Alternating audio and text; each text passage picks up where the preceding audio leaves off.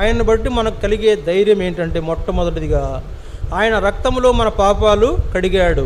రెండవదిగా మనకు కలిగే ధైర్యం ఏంటంటే, మనము దేవుని పిల్లలము. మూడవదిగా ఆయన అభిషేకం మన పైన నిలిచి ఉన్నది.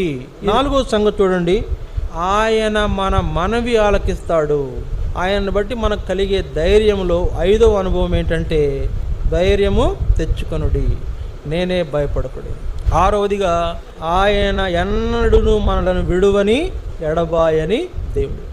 ఆయనను బట్టి మనకు కలిగిన ఏడవ ధైర్యం ఏంటంటే, ఆయన మన కొరకు స్వాస్థ్యము సిద్ధపరిచాడు.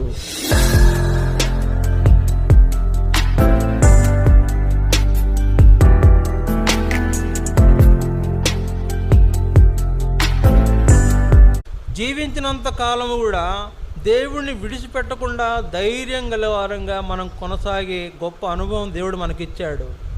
ధైర్యంగా. అందుకే అక్కడ అంటున్నాడు, మీ ధైర్యాన్ని విడిచిపెట్టవద్దు, దానికి ప్రతిఫలంగా మీకు గొప్ప బహుమానము కలిగేదిగా ఉంది. యేసు ప్రభు కొరకు మనం జీవిస్తున్నాము అంటే ధైర్యంగా ఉండండి, అధైర్యపడవద్దు. యేసు ప్రభు మనకున్నాడు. మన పైన ఎవరున్నారంట? మనకు ధైర్యం కలిగించే గొప్ప రక్షకుడు మనకున్నాడు. మన పరిస్థితుల్లో మనకు సహాయం చేసే మన ప్రభు ఉన్నాడు. అంతేకాదు, ఆ పైన వచనం చూడండి, 34 వచనం, ఎలాగనగా మీరు ఖైదులో ఉన్న వారిని కరుణించి మీకు మరీ శ్రేష్టమైనదియు స్థిరమైనదియునైన స్వాస్థ్యం ఉన్నదని ఎరిగిన వారు. ఏంటంట? మీకు శ్రేష్టమైన స్వాస్థ్యం ఉన్నదని ఎరిగిన వారు కనుక మీరు అధైర్యపడవద్దు. ఈ లోకంలో మన యొక్క జీవితం, ఒకవేళ ఈ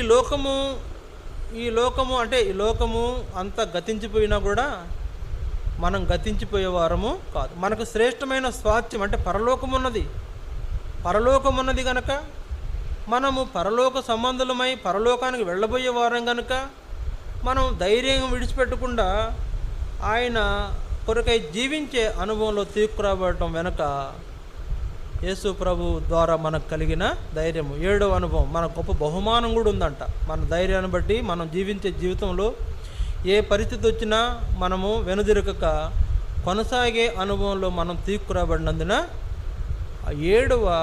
ఆయనను బట్టి మనకు కలిగిన ఏడవ ధైర్యం ఏంటంటే, ఆయన మన కొరకు స్వాస్థ్యము సిద్ధపరిచాడు కనుక మనం కూడా ధైర్యంగా మనం ఏం చేయాలంట? కొనసాగి బహుమానం పొందే అనుభవంలో తీసుకురాబడ్డాం కనుక మనము ఆయనను బట్టి ధైర్యం గలవారుగా మనం చేయబడుతూ వచ్చాం. కాబట్టి మన దేవుడు ఆత్మ, మన దేవుడు ప్రేమ